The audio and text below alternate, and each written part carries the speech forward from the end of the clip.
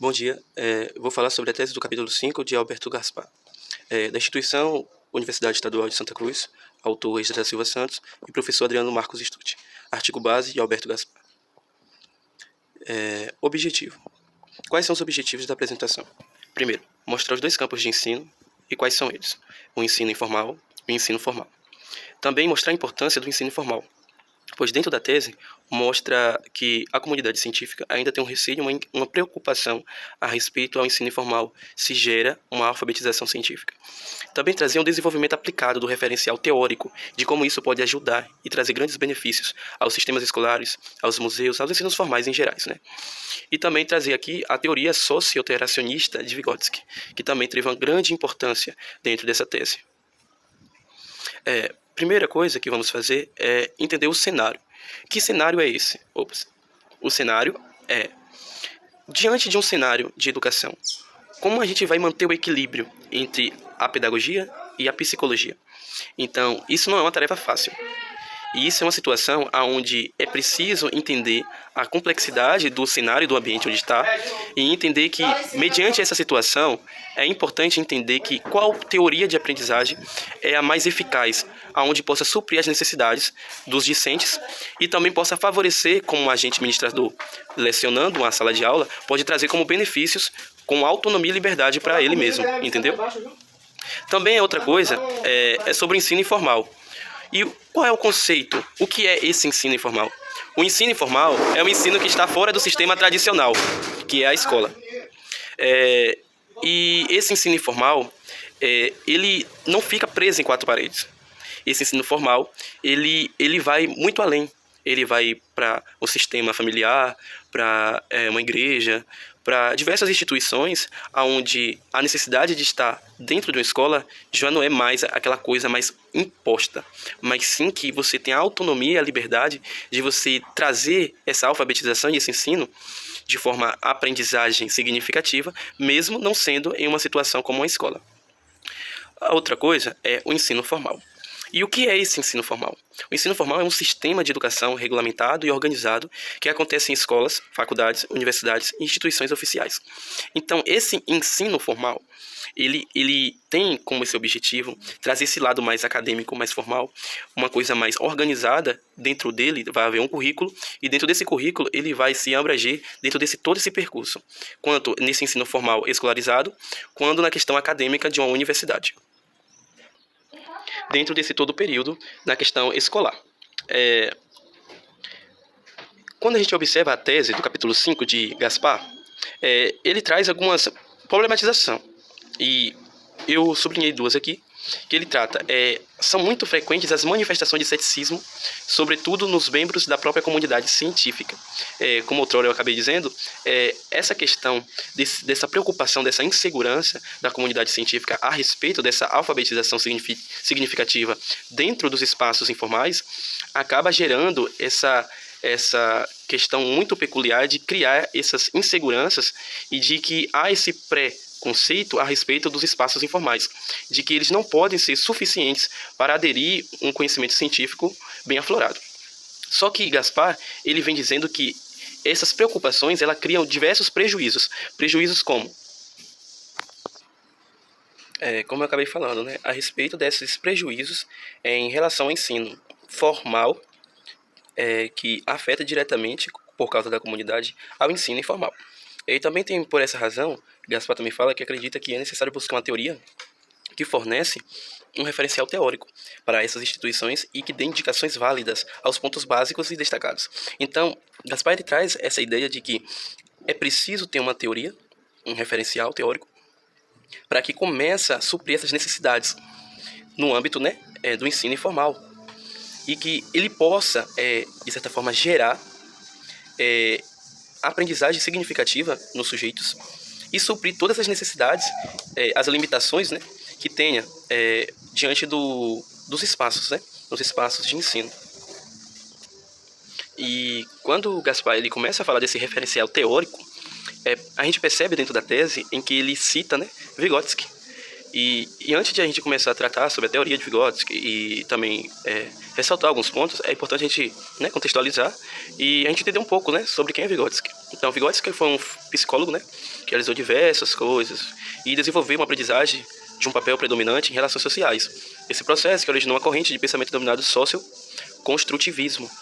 E Lev Vygotsky nasceu em Oshá, pequena cidade perto de Minsk, né, a capital Bielorrússia, região dominada pela Rússia, que se tornou independente em 1991, com o fim da União Soviética, passando a chamar Belarus, no dia 17 de novembro de 1896. Também filho de uma família próspera, né, culta, judia, viveu ao longo de um período, né, no período Gomel, e também Bielorrússia, que teve um tutor particular, e se dedicou-se a a leitura, ingressou no curso secundário, concluiu aos 17 anos, com um excelente desempenho, né? E com 18 anos, matriculou-se no curso de Medicina, mas em seguida transferiu-se para o curso de Direito na Universidade de Moscou, paralelamente ao curso de Direito, né, que estudou Literatura e História da Arte. E em 1917, ao ano da Revolução Russa, graduou-se em Direito e apresentou um trabalho intitulado Psicologia da Arte, que foi publicado na Rússia em 1995. Depois de formulado, voltou-se para Gomel, onde além de escrever críticas literárias, proferiu palestras sobre temas ligados à literatura e à psicologia em várias escolas. E publicou um estudo sobre os métodos de ensino de literatura nas escolas secundárias. Então aqui a gente tem um resumo, né, de uma biografia de Vygotsky, para a gente entender mais como é que tudo levou para que ele venha chegar, né, nessa teoria socio-interacionista, que é o que a gente vai falar agora. Essa teoria socio-interacionista de Vygotsky ela propõe o desenvolvimento cognitivo, né? Se dá por intermédio da interação social, em que, no mínimo, duas pessoas estão envolvidas ativamente, trocando experiências e ideias, gerando novas experiências e conhecimentos. Vygotsky entende que o homem e seu desenvolvimento na perspectiva sociocultural, ou seja, percebe que o homem se constituiu na interação com o meio em que está inserido. Ele foi pioneiro em seu campo, afirmando que o desenvolvimento intelectual é mediante a interação social ao processo histórico, cultural e social. Então, ele traz essa ideia de que o indivíduo que está inserindo o ambiente, onde ele faz essa interação, né, com os meios, isso vai gerar uma aprendizagem. E quando a gente entende isso, e aí a gente começa a se perguntar, mas por que ele escolheu a teoria socio-interacionista de Vygotsky? Poderia ser diversas outras, mas porque essa, como um auxiliar da sua tese, né, do capítulo 5, de Gaspar. É porque a gente começa a perceber que Gaspar ele começa a interligar a questão do ensino informal com a questão da teoria socio-interacionista. Porque quando a gente entende que o ensino informal ele não fica preso, né, naquela coisa de currículo, aquela coisa de quatro paredes, mas sim que o agente, que é o administrador da educação, o professor, ele começa a ter essa liberdade, essa autonomia de trazer uma teoria, de ele começar a levar os discentes a uma aprendizagem na natureza, trazer os conhecimentos científicos de maneira diferente, com experimentos. Então, essa teoria, ela mostra que essa interação social dos discentes, criando descobertas, criando experiências e ideias, ao qual nessas ações de ambientes e esses cenários possam criar para eles experiências, e às vezes experiências problematizadoras, ao qual eles vão ter que, de certa forma, solucionar alguns problemas. E esse amadurecimento de solucionar os problemas vai criar uma construção cognitiva reforçada no indivíduo. Então, Vygotsky ele traz bastante essa interligação entre o social, o indivíduo, com as experiências e trocas com elas com outros indivíduos, que isso acaba gerando conhecimento. Então é interessante. Um outro ponto também muito importante que na tese do capítulo 5 ressalta a respeito de Vygotsky é sobre a linguagem de pensamento. Eu trouxe algumas referências a mais do que, né, a tese do Gaspar. Eu trouxe uma de Miranda, de Serra, 2012, que diz: Vygotsky afirma que o desenvolvimento e a linguagem implicam no desenvolvimento do pensamento, pois pelas palavras o pensamento ganha existência. A linguagem age decisivamente na estrutura do pensamento e é a ferramenta básica para a construção do conhecimento. E intervém no desenvolvimento intelectual da criança desde o seu nascimento, distante Elseworld. Também trouxe da Forrest em 2010, dizendo que a linguagem fornece os conceitos e as formas de organização do real, em que consiste a mediação entre o sujeito e o objeto.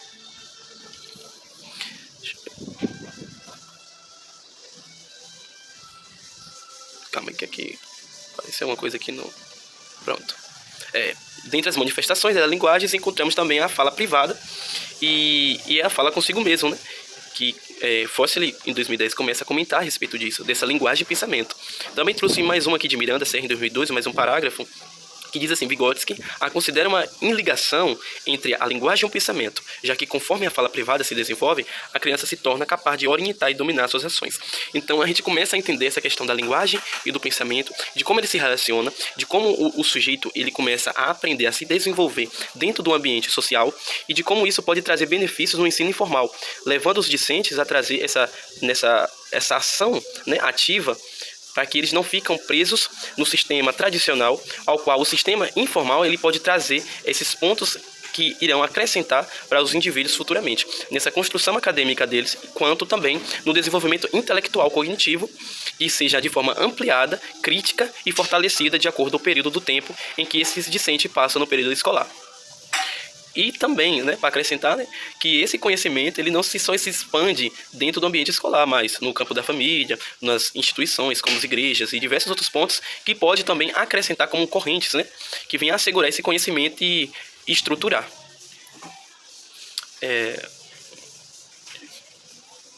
Aguarda aqui pular.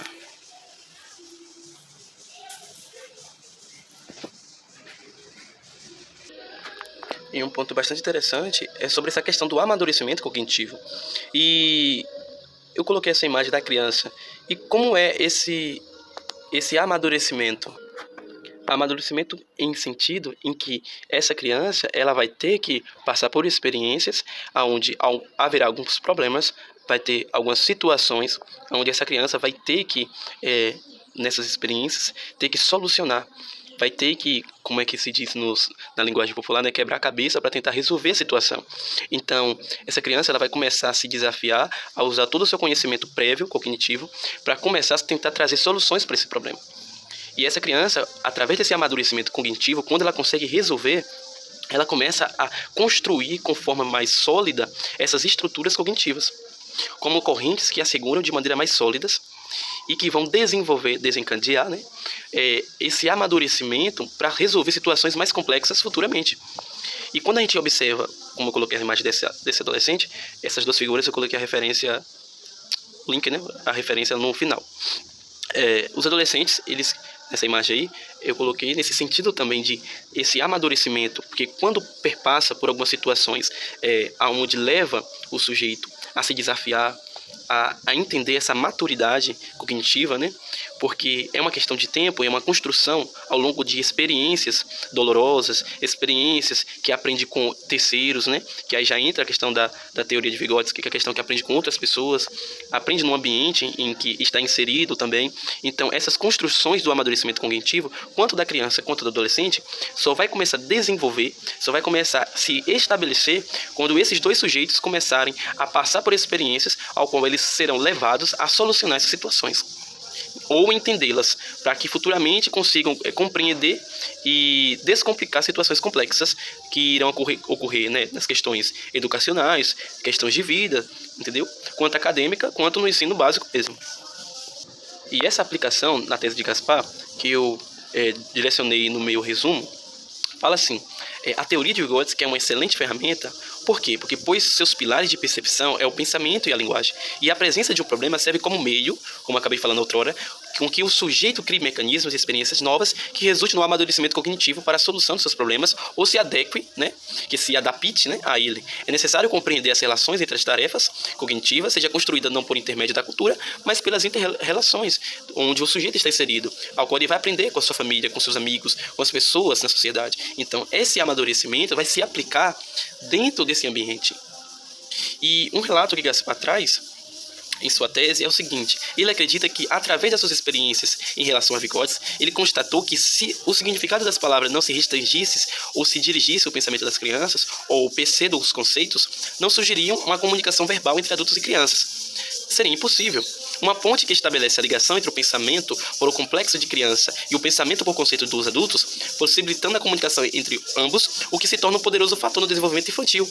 Em relação ao desenvolvimento mental da criança, tem uma função genética específica, diferente dos complexos, cuja principal função é estabelecer as relações numa tendência de unificação ou unificada. O que Gaspar está tentando enfatizar com essa teoria de Vygotsky é que a criança, no seu período infantil, ela está num estado de generalização tão grande que, para ela, tudo que tem quatro patas, é um cachorro, ou ela pode se direcionar como um gato. Então, ela não tem aquela complexidade de filtrar ainda as coisas.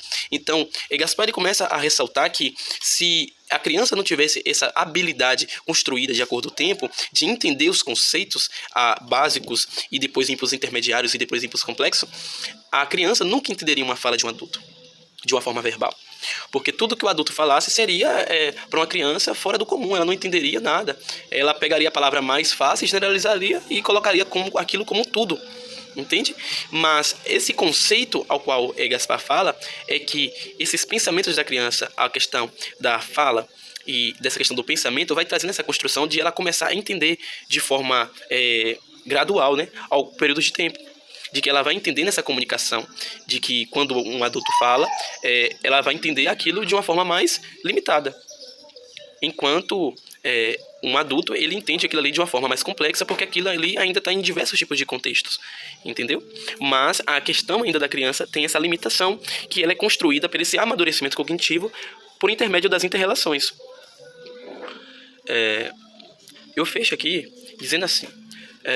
É perceptível que a utilização da teoria de Vygotsky ajuda para a compreensão e para o ensino, principalmente no informal, onde a liberdade e a autonomia, né, autônoma para a alfabetização dos sujeitos, busca adquirir o conhecimento científico, ou precisa ser estimulado, né, pelos monitores e divulgadores científicos para alcançar o público em geral, promover curiosidades, insights e incentivo para a população e se voltar à aprendizagem em museus e as contribuições que isso gera na sociedade, no avanço tanto no saber formal e no informal. Então, esse percurso da alfabetização e a teoria da tese de Gaspar serve os dois como uma mão dupla para criar essa aprendizagem significativa nos indivíduos, né, nos discentes, por intermédio de um amadurecimento cognitivo, que leva tempo, que é preciso ter pseudoconceitos, que é preciso saber utilizar a teoria de aprendizagem num ambiente ao qual precisa suprir as necessidades, entendeu? E é importante a gente entender isso. Aqui estão as referências que eu utilizei, né, para a apresentação, a tese do capítulo 5 de Gaspar, que era o mais importante, né, o texto base, também aqui a biografia, né, que eu utilizei, também aqui o Sempre Família, para a primeira imagem da criança, a segunda imagem, e as outras falas foram direcionadas pelo texto de Gaspar, e as referências ao qual dos estrofes que eu peguei dos outros artigos estão nos textos, e é isso, né? Obrigado pela atenção. E aqui eu coloquei uma frase, né, de Lev Vygotsky, que é o homem modifica o ambiente e o ambiente modifica o homem. E aqui está a referenciazinha, né, do Instagram